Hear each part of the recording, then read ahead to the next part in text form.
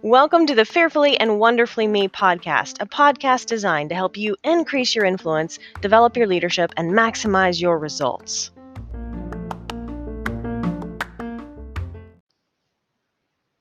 Hello, everyone. Welcome to today's episode. I'm kind of excited about this topic.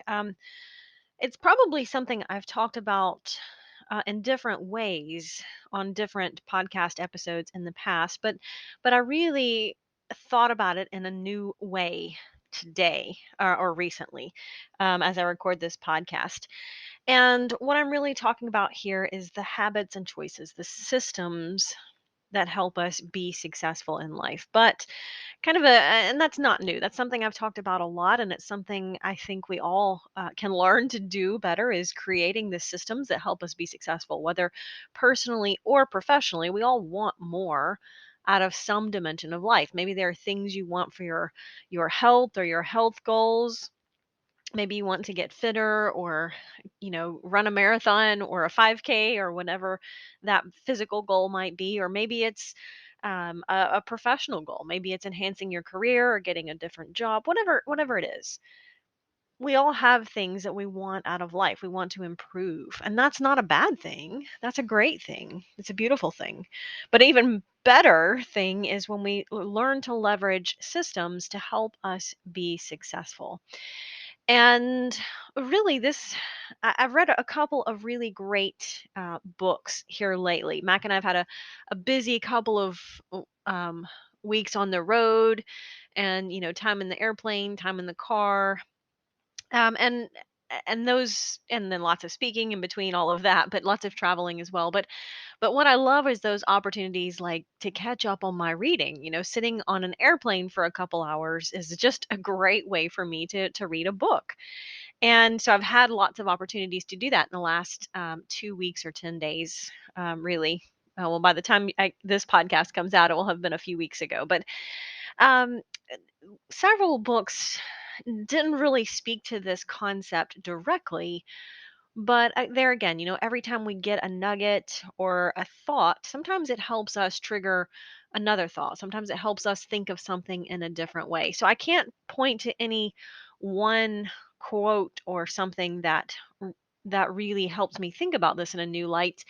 But I know that something I've read recently um, really just changed a little bit of my perspective or my thinking relative to systems of success. And so what I did, I thought about this a couple of weeks ago.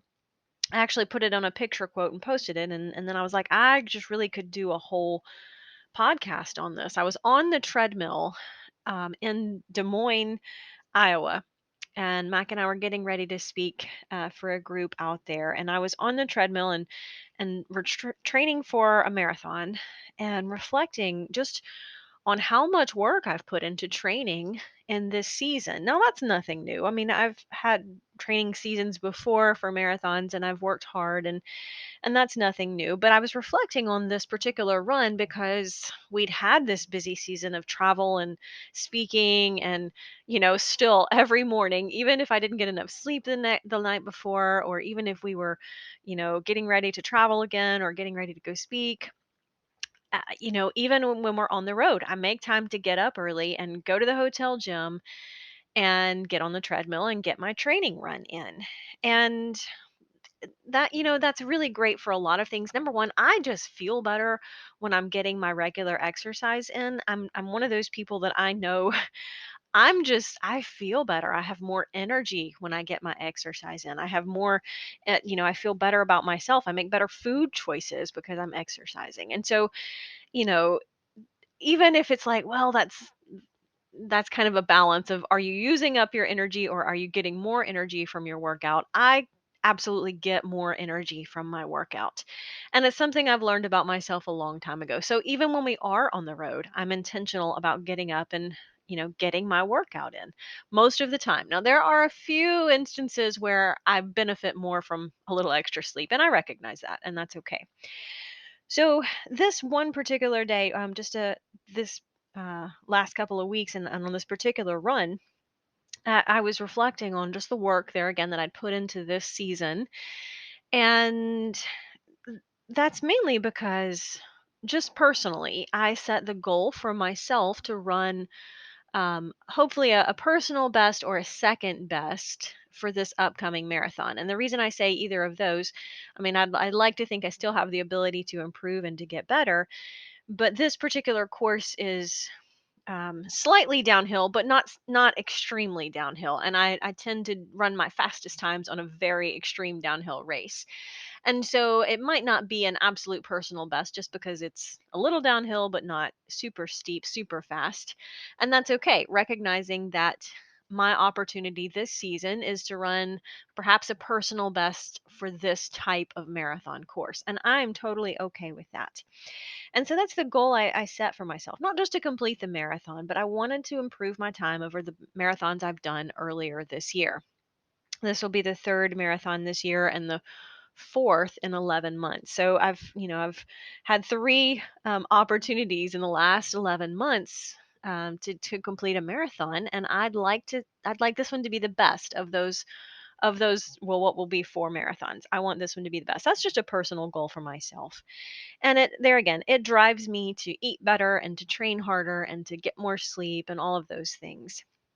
So kind of my aha moment as I was running was thinking about all of that and thinking about the systems that help us be successful and realizing that in years past when I first started running, I remember, the first couple of marathons I just wanted to finish and that was okay. Just finishing was great. And that's still a great goal. That's always the first goal in a marathon is just finish. And then, as time went on, I started wanting to improve and get faster and so I started setting time goals for myself and but I realized that in years past I would simply set a goal for myself to get a little better. Like maybe I want to improve 15 minutes over last year. And I kind of just I would run some miles and I would train, but then I would show up on race day and I would just kind of hope to finish a little bit faster, right? I wasn't doing anything drastically different in order to guarantee a drastically different outcome. And that was kind of the aha moment was realizing that a lot of times we hope to be successful regarding a goal or a dream, right? And as you've heard before, hope isn't a strategy, right? Hope alone is not enough. Hope wasn't enough to really help me take my running to another level. I had to start being very intentional. And when I was, the more intentional I became with my training, I started seeing better results in the races. And so these days, I show up not just hoping to pull off a good race, but knowing I've put the work in to do so. Now, with marathons, there's always the possibility of weather or unexpected illness or something like that, an injury perhaps. So nothing is guaranteed in life or in marathon running. But I show up these days knowing I've put the work in to make it possible to achieve the goal. And so the quote that really hit me was that we don't rise to the level of our hopes and dreams, we fall to the level of our habits and our choices. Right. As I improved my habits relative to training, I started seeing better results in that area. As you improve your habits relative to your health, perhaps, then you start to see better results. Now, the thing is, I think a lot of times, and there again, I've said it before, we get frustrated when we don't see immediate results. I think it was Usain Bolt who talked about training for years and years for like 15 seconds in the Olympics. I mean, literally, he was like, I've trained for 4 years to compete in this race and it's over in 15 seconds. And yet everybody else is getting frustrated when they don't see results in just a couple of months. And so we have to be willing to continue working and putting the work in, even though we're not seeing results yet. And I've talked about that in a previous episode where I talk about you have to push past the point of no results. And that is so true in so many dimensions of life. Growth is one of the best examples, I think, because we start to grow, we start to change our thinking, we start to raise our level of awareness, and that starts to affect the choices that we make, but we don't start reaping the benefits from that right away. It takes sometimes months or sometimes it might take years to really fully reap the rewards of making improved choices, of having better habits or changing our thinking. And we get frustrated when we don't see right away. We tend to just throw in the towel and look for an easier solution or give up on our goal entirely. And we can't do that because a lot of times we're wanting to improve our habits and choices. We're having to overcome some of the less wise choices in the past. And so we're not just starting at a neutral point and trying to get better. We're starting sometimes behind the curve and trying to get to neutral and then get better. And it takes time to do that. Um, so it's there again, it says easy and it does hard. So anyway, thinking about that, not rising to the level of our hopes and dreams, because we all have hopes and dreams, goals, but we fall to the level of habits and choices. And that is consistency on an everyday basis, right? It's not missing a workout one time that's going to derail my marathon training. But if I missed it every day, that would significantly impact my performance. So it's not missing your daily growth goal, it's missing it every day, right? The problem is that once we miss it once, it becomes all too easy to create a pattern of missing it, right? We create a pattern of non-compliance in our life. And so if you miss it once, I always say give yourself some grace, but get right back on track, right? Life will get in the way occasionally when we have a daily improvement goal or a daily habit that's going to help us grow. But don't miss twice. Give yourself some grace. Don't miss twice. Get right back onto it.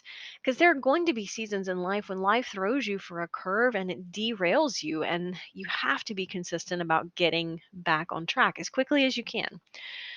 Because it's not one thing. Somebody was asking me recently about running and specifically that I'd gotten stronger, and I was sharing, I'm like, I don't think it's one thing that I'm doing different this year. I think it's everything. It's the cumulative effect of the systems I've put in place. Now I dig into this analogy because one, a lot of people can understand that. And hopefully, I don't want you to miss this. I'm not trying to tell you you need to run the marathon, but I'm hoping that you'll take the principles and apply the principle of for the system of success to your situation, right? So another example that might be more professionally relevant is talking about increasing our influence at work.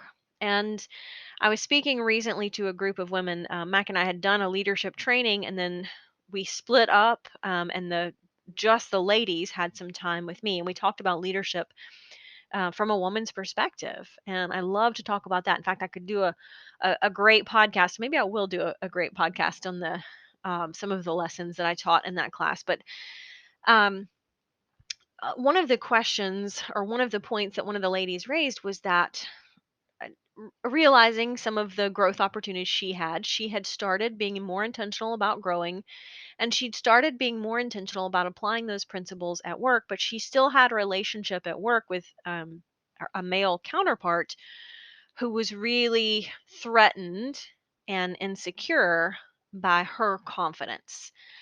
And that was, she's like, I'm not trying to intimidate him, but I'm good at what I do and I'm good at my job, and he's threatened by that, and what am I doing wrong? And there again it comes back to, well, number one, I mean, if somebody else is feeling threatened, that says a lot more about their insecurity. But number two, we're not going to see immediate results in any relationship. If we're trying to grow our influence with somebody, we aren't going to see an overnight change in the depth of trust in that relationship just because we read a good leadership book last week and we started doing some things different.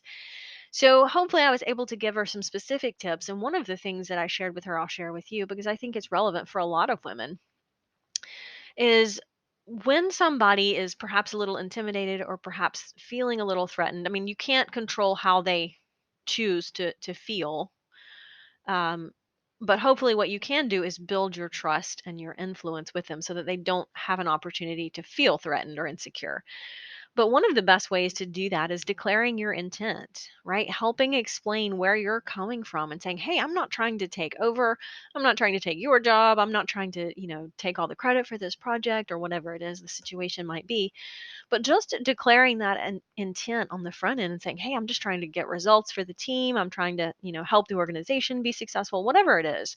Sometimes declaring that intent on the front end can help us increase our influence. It also might be that that person isn't sure what your goal is, or maybe they're feeling threatened because, they're again, they have a little bit of insecurity themselves, or perhaps it's a lack of humility. And we see the world as we are. And so they think from their perspective that if they went in and started trying to get results, it would be from a point of trying to get all the credit or trying to get all of the influence from it. So sometimes if you can declare your intent on the front end and say, "Look, I'm trying to help us all win here, right? I'm trying to help the organization win." Um, and there again, just because we get it right once doesn't mean that we've automatically just built up a lot of trust and depth in the relationship, right? Relationships are about deposits and withdrawals. And so we've got to be intentional about building up those deposits on the front end, not because we're trying to manipulate someone, but because we are trying to motivate them. We're seeking mutual benefit. We're trying to get that win for everybody here. So a little bit of a bunny trail there, but there again, whether if there's a relationship in your professional life that you're trying to improve, one time, one interaction is not enough to change it, right? It's got to be a daily pattern of success, a system consistently applied that helps us grow, that helps us develop in whatever area we're reaching for, we're striving for it. And we are going to encounter roadblocks. We are going to encounter bumps in the road, and it's going to feel like a setback. And when we encounter that setback, that's when the frustration rises up. And that's when it's most important for you to get back on track, because it's all too easy to give up. Even when you know you're doing the right thing, if you're not seeing results immediately, you've got to be committed to continuing to do it and saying, I've got to push past this point. I've got to still keep doing the things that help me be successful, even though I'm not reaping the benefits yet. And sometimes well, always the most difficult person for us to lead and influence is ourselves. But relative to personal or professional goals, we don't rise up to the level of hopes and dreams. Hopes and dreams are great, don't get me wrong, but that's not enough to help us be successful. That's not enough to help us turn the momentum and to overcome the roadblocks and the obstacles. We fall to the level of habits and choices, decisions made, consistently applied over time. And that comes down to success isn't built in a day, right? It's built every single day. Until next time.